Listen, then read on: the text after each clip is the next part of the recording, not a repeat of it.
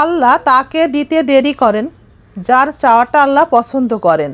তাই হয়তো স্বপ্নগুলো পূরণ হয় না, জীবনের চাহিদাগুলো পূরণ হতে চায় না, জীবনের কষ্টগুলো যেতেও চায় না। আল্লাহকে ভালোবাসুন আর নিজের কাজকে ভালোবাসুন। কাজকে ভালোবাসলে আল্লাহ তার প্রতিদান দিবেই। মানুষকে যদি ভালোবাসতেই চান তবে প্রত্যাশাহীনভাবেই ভালোবাসুন। স্ত্রীর সাথে ঝগড়াঝাটি যাই হোক, আপনার মেন্টাল সাপোর্টের জন্যে আপনার বউয়ের বিকল্প কিছুই হতে পারে না। জীবনের সকল চাপ, সকল ক্লান্তি, সকল চ্যালেঞ্জের মধ্যে আপনার বউয়ের ওই নিঃস্বার্থ মমতা, সহানুভূতি আপনাকে নতুন করে বাঁচতে শেখাবে। তাই মনে রাখবেন, জীবন আপনাকে যতই কঠিন সময় দিক না কেন, আপনার বউ যদি হাসি মুখে আপনার পাশে থাকে, আপনার হাত ধরে, তবে আপনার জীবনযাত্রাটা সুন্দর হবে। ঝগড়া হবে, মনোমালিন্য হবে, কিন্তু পাশে থেকে আপনাকে আগলে রাখাটা সব থেকে জরুরি। একটা কথা মনে রাখবেন, বাহিরের কোনো নারীর সাথে আপনার বউয়ের কোনো বিষয় নিয়ে আলাপ করবেন না, কারণ আপনার স্ত্রীর সাথে আপনার দূরত্ব সৃষ্টির ভূমিকায় উনিই থাকবেন। পুরো ঘটনা না জেনে কখনো কারো পক্ষ নেবেন না। মনে রাখবেন, কিছু মানুষ আছে অন্যকে খারাপ হিসেবে তুলে ধরতে পিএইচডি ডিগ্রি প্রাপ্ত। স্ত্রীর কথা শুনলে স্বামীদের আয় উপার্জনে বরকত আসে।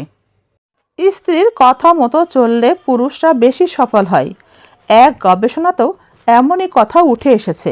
সংসারের শান্তি কামনা করা কোন পুরুষের স্বপ্ন না বলেন তো? কিন্তু অনেক পুরুষই আছে যারা জানেই না স্ত্রীর কথা শোনার মধ্যে আছে সব কিছুতে বরকত। গবেষণায় উঠে এসেছে, যেসব পুরুষ স্ত্রীর চিন্তা ভাবনা মতামতকে গুরুত্ব দেন, সেই সব পুরুষ ব্যক্তিগত জীবনে, পারিবারিক জীবনে এবং কর্মজীবনে অনেক বেশি সফল। স্ত্রীর কথা মতো চলা অর্থ পুরুষ স্বাধীনতা হারাচ্ছে এমন না, এটা এক ধরনের বোঝাপড়া, যেখানে দুজনে একে অপরের মতামতকে গুরুত্ব দিয়ে একে অপরের মতামতের ভিত্তিতে সুন্দর একটি জীবন ব্যবস্থা তৈরি করা। ধনী হওয়ার রাস্তা কখনোই কিন্তু মসৃণ নয়। বন্ধুর এই পথ খুব কষ্ট করেই পাড়ি দিতে হয়। অনেকে ভাবতে পারেন টাকা খুব সহজেই আসে, আসলে তা না। কঠিন পরিশ্রম, স্মার্ট কাজ, উত্তম পরিকল্পনা, সময়ের সদ্ব্যবহার এবং কাজের সাথে লেগে থাকা, এই বিষয়গুলোই ধনী হওয়ার রাস্তা। ধৈর্য ধরুন, কাজের প্রতি অনুগত থাকুন, কাজের সাথে লেগে থাকুন, পরিশ্রম করুন, তবেই সফল আপনিই হবেন।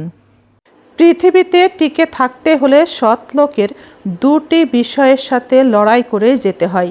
একটি অভাব, অপরটি দুষ্টু লোকের চক্রান্ত।